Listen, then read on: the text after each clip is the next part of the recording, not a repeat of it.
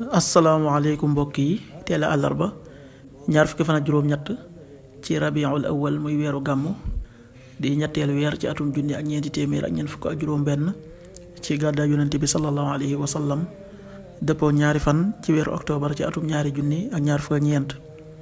ñaar fukki fan ak juróom-ñett tey dafa dajeek àllarba ji mujj ci weer moo tax kon tey ci àllarba ji rafetul ñaanu bis bi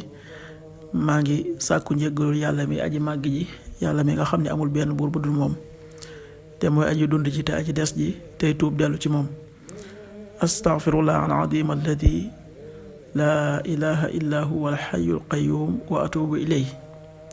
astaghfirullah al azim alladi laa ilaha illa huwa al hayyul qayyum wa atubu ilayhi xadiisu bis bi yonent bi sallallahu alayhi wa sallam nee na texe ñeel na waa ji nga xam ne dañoo fekk ci téerab jëfam ay jéggalu yàlla yu bari xadis bi ibnu maaja nettali na ko qaala rasulullahi sallallahu alayhi wa sallam tuuba liman wajada fi saxiifatihi istigfaaran kasira rawaahu ibnu maaja.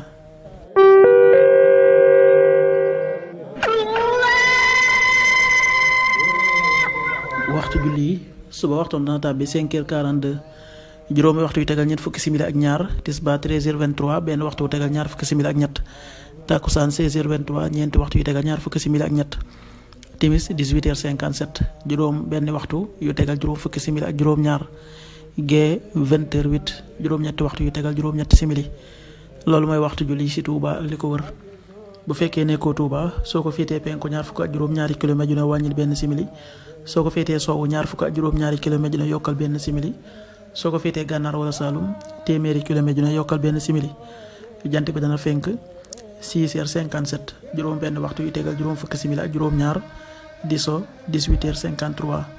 yàlla nanu yàlla nangul te nangul leen amin